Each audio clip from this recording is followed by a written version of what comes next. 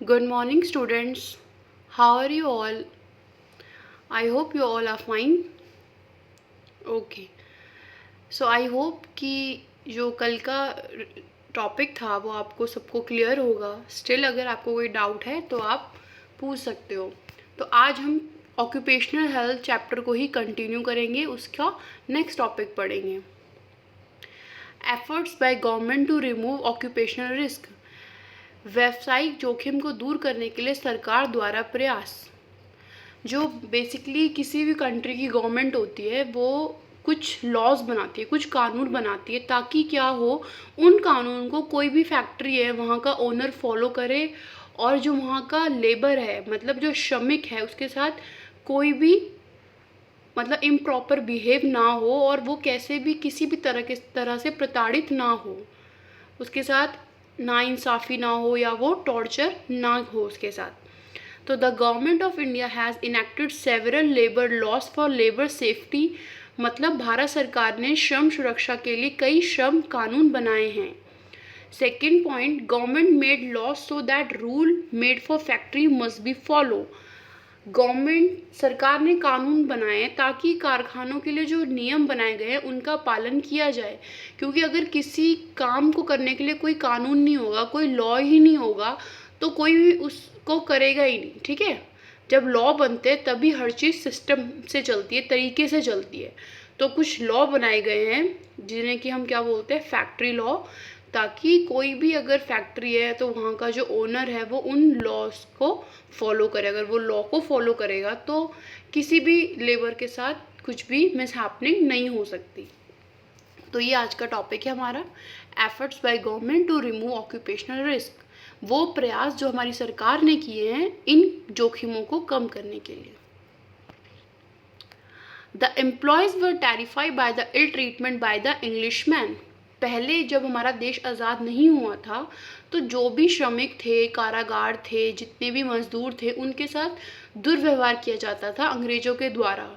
तो इसलिए after independence of India व गवर्नमेंट इनेक्टेड फैक्ट्री एक्ट 1948. इसलिए जब हमारा देश आज़ाद हुआ तो अब दोबारा से ये व्यवहार ना हो किसी भी ओनर के द्वारा एम्प्लॉयज़ के साथ. तो हमारी सरकार ने, भारत सरकार ने एक एक्ट बनाया जिसका नाम था कारखाना अधिनियम 1948 में और राज्य बीमा अधिनियम 1948 में. दोनों लागू किए गए थे. ठीक है. फैक्ट्री एक्ट लागू हुआ था 1948 में और स्टेट इंश्योरेंस एक्ट वो भी लागू हुआ था 1948 में. Fourth point, later on factory act 1972 was enacted. जो 1948 में बना था कारखाना अधिनियम, उसी को बाद में उसमें कुछ चेंजेस हुए और वो दोबारा लागू किया गया 1972 में. फैक्ट्री अधिनियम 1972 में अधिनियमित किया गया था. तो आज हम बेसिकली फैक्ट्री एक्ट होता क्या है उसको थोड़ा सा डिस्कस करेंगे कि फैक्ट्री एक्ट क्या होता है और उसके अंदर क्या क्या फैसिलिटीज़ मज़दूरों को मिलती है. Factory act 1972. तो जो लेटेस्ट लॉ था वो कब बना था, 1972 में. ओके.